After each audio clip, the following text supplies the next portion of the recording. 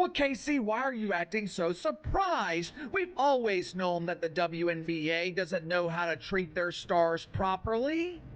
I'm not talking about the WNBA and the egregious way they treat the Great White Hope. Not only does this stomp not know how to create stars, the disrespect, the outright defiance, it is coming from the president of the Indiana Felines, which means this is coming from Caitlin Clark's own team. Many of you who have been watching for weeks have been expressing it in the remarks on social media. Reddit. The WNBA was allowing its most prominent celebrity to targeted. You noticed the pattern. You inquired as to when someone was going to take over at last. Okay, so the response just came in, but it wasn't very clear. Nobody anticipated. There was no referee, whistle, or a declaration made by the commissioner.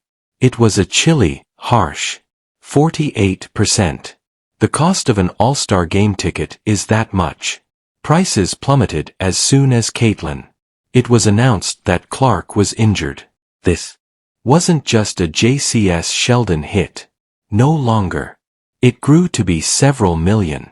$1 error, and it just revealed the league's true intent, exposing what it really takes for them to safeguard their most valuable possession. We're going to link every link from the hit to the harm caused by the financial panic taking place behind closed doors. If you're prepared for the true tale, the one that league ambitions are dashed, destroy that like button to indicate that we are on the correct path. Track. Alright, let's eliminate the background noise and go right to it. To comprehend how one accident could result in this degree of financial turmoil, we must go back in time to when it all happened. It happened on July 15, 2025. The Indiana Fever were up against the clash between the Connecticut Sun and been among the most reliably troublesome throughout. This was honestly, she keeps it together no matter what is happening. At last, the underlying tension became apparent. Over just under a minute on when the Fever were winning a game. A deft backdoor pass from Clark to a comrade. As she sprinted back up court, she communicated with Sheldon's JCS, Connecticut. To the casual viewer, it could have seemed like a standard basketball play, but the outcome was instantaneous and disastrous. Clark grimaced, grabbed her by reaching down the same region in the right groin that was already included in a number of wounds that hampered her 2025 campaign. However, what transpired next revealed the truth. Narrative. This went beyond a simple grimace and a rapid limp. This was not like the others. Clark attempted to continue playing the game to push, despite the agony in her traditional style. However, it was evident on her face. This was the final nail in the coffin. Back. Following yet another possession, she grabbed her groin and slowed to a walk. Once more, he made his way to the baseline. Additionally, there, outside the action still with the camera focused on her, at last, the calmness broke. This wasn't only about a missed shot or a poor play. This was a person's emotional breakdown. Player who has been burdened by an whole league on her shoulders. So, the big way they were able to neutralize Caitlin Clark, and I think it was almost an issue with Stephanie White as much as anything, is they were manhandling her. They were manhandling Caitlin Clark early in that game. Like, they had two hands on her. They were fully getting into the we are grabbing her and we don't really care. Like, that was their goal. Their goal was they were out there to maul Caitlin Clark. They had they had absolutely no intention of doing anything other than mauling Caitlin Clark. Like, they were not out there to play legit defense. They were there to maul Caitlin Clark as much as they possibly could. Let's include this into context as many of you are viewing. Recognize that for a sportsman such as this moment, Clark is more than merely discomfort in the body. This athlete who hardly ever displays this level of vulnerability. We are discussing a person who has been hip, elbow, and shoulder checks all season and hardly batted an eyelid.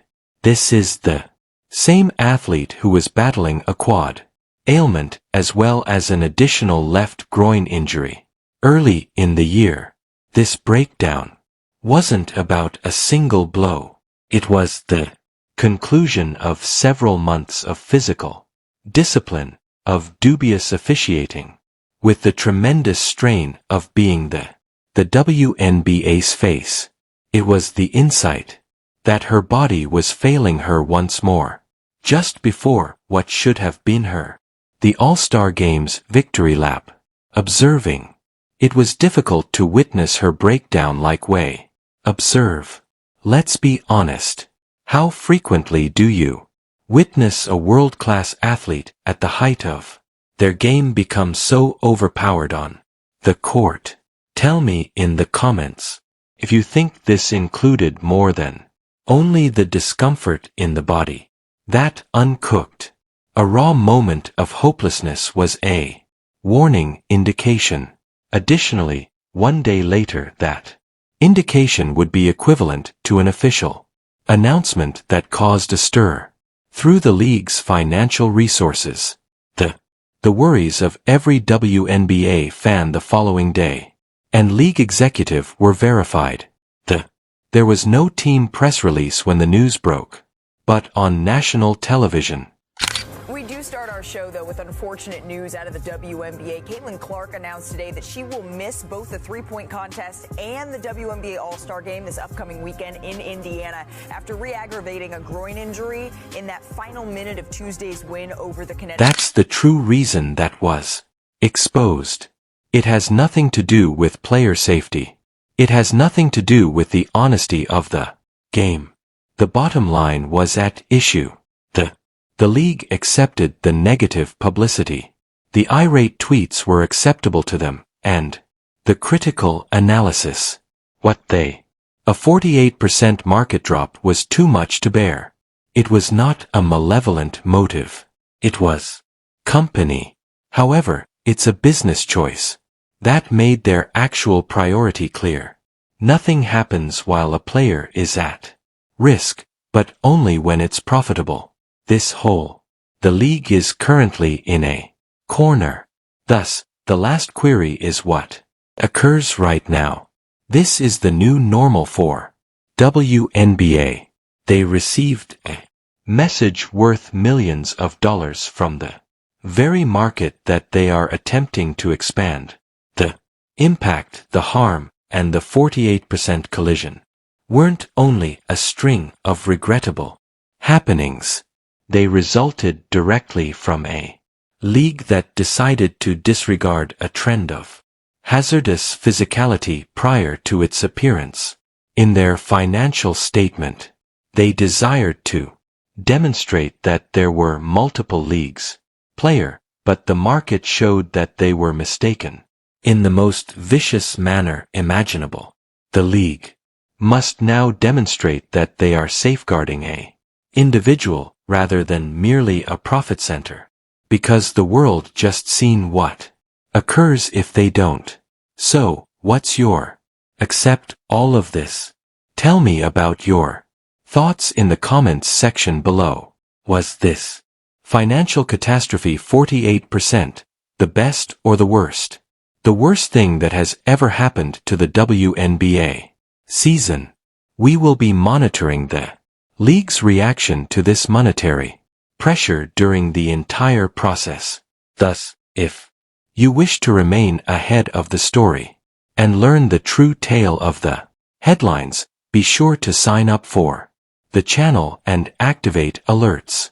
Lastly, if you are aware of someone who works as a story analyst should view this dissect and comprehend what's actually at risk. Distribute this video to